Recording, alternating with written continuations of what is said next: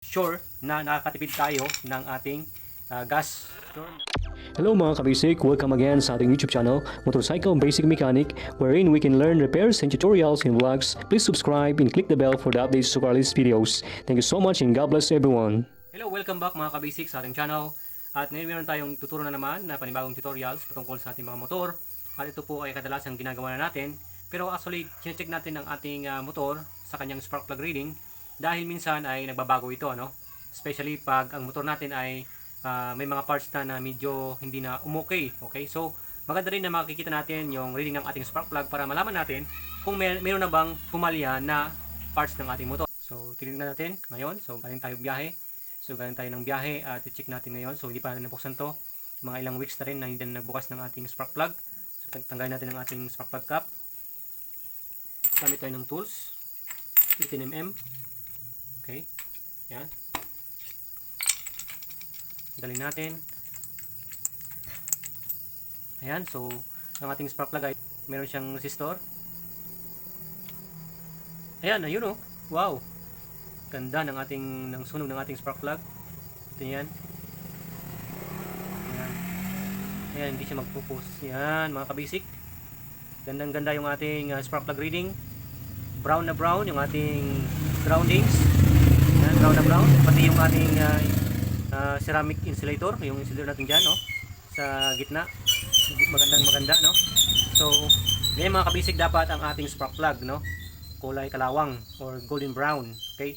So, ganito mga kabisig ay sure na nakakatipid tayo ng ating gas. Sure na tayo ay kumpiyansa na maganda yung ating mixture, yung ating air and fuel mixture sa ating combustion chamber. Kasi maganda yung sunog ng ating spark plug. Okay? So, ibig sabihin, maganda pa yung ating compression. Okay? Yung ating mga valvula ay nagko-close siya ng maayos. Okay? At yung ating piston rings, especially yung ating top and then second compression ring, ay maayos pa yung pagkaka-compress niya sa ating mixture. Kaya at maganda yun yung tune up ng ating motor. Okay? So, halimbawa mga kabasic, yung ating spark plug ay ganito yung kulay sa gilid, no? Black na black. Ito, black na black yan. At black rin yung nasa loob. Pag ganun mga kabasic, ibig sabihin, ay rich mixture ang ating spark plug. Ibig sabihin, sobrahan ng gas yung ating mixture sa ating combustion chamber. So, magbabawas ka ngayon ng gas na pumapasok sa chamber natin. So, meron tayong adjustan dito, yung ating tunuhan diyan sa ating carburetor. Lapit natin. Meron tayo dito. At itong mga kabasic, ang kailangan i-adjust natin kung magbabawas tayo ng gas natin, ang gagawin natin na pag-ikot dito is, syempre mga kabasic, pahigpit niya, no? Higpitan natin, no? Konti. Pwedeng 1/4 turn or 1/2 turn. Depende sa talagang itim ng yung sunog talaga ng spark plug mo kung masyadong maitim, ano? Magbawas ka. So, sisikapan mo ngayon, i-turn right mo yung ating tunuhan para ipitin niya. So, pigilan niya konti yung ating gas na papasok sa ating combustion chamber. Okay, pag maitim na maitim itong ating sunog ng ating spark plug. Ganun mga kabasic ang gawin natin. Okay? At siyempre, pag mas maraming gas at maitim yung ating reading ng ating spark plug, ibig sabihin, masyadong ma-consume sa gas yung ating motor pag nagbibiyahe tayo, especially pag long rides. Halimbawa naman mga kabasic, yung ating ito, halimbawa puting-puti naman yan hanggang sa loob doon, puting-puti naman yung reading ng ating spark plug. Yan, kung puting-puti parang ganito dito, ibig sabihin mga kabasic ay lean mixture yung ating motor. Ibig sabihin naman kulang naman sa gas yung ating motor, no, yung ating mixture.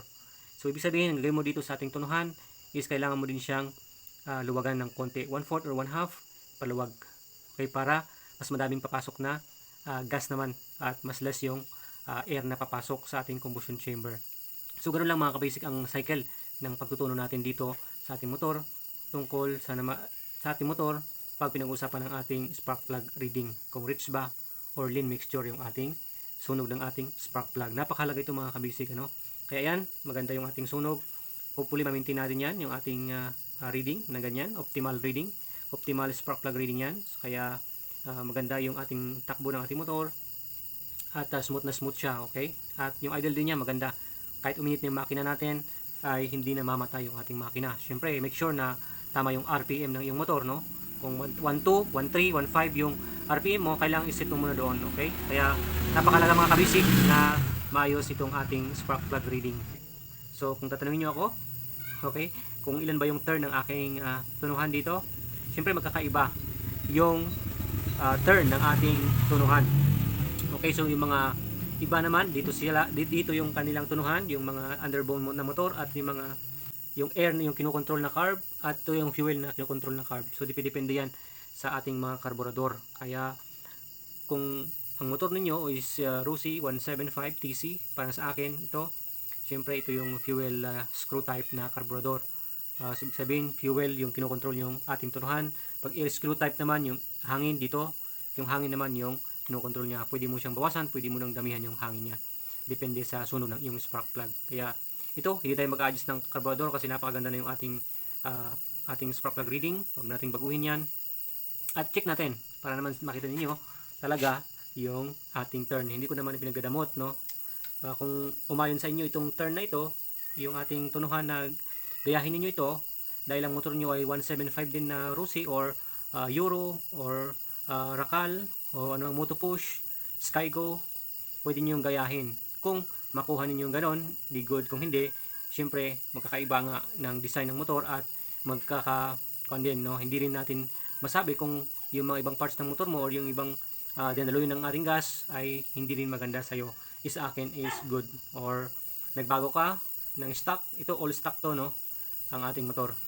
So i-turn natin. So i-turn ko siya, no, sa pahigpit muna mga kabisik. Tok natin para makita natin. Yan. So pahigpit muna. Syempre pahigpit, no, para makita natin yung kung ilan ba yung aking turn ng aking tunuhan. Yan. So yun ang palatandaan ko, kaya at least meron din yan yung company mark. Yan. So ayan, so dito tayo magsimula. Pag ikot natin pa kanan, isa, ibig sabihin half yon, no? Half. Sorry, half na. Sabi natin ng half na lang, no? Half siya. Half. 1. Okay. 1 and a half. 2. 2 and a half. 3. 3 and a half. Okay. Yan. 3 and a half siya. Okay. So, ibalik natin. Half. 1. 1 and a half. 2. 2 and a half. 3. 3 and a half. Ayan.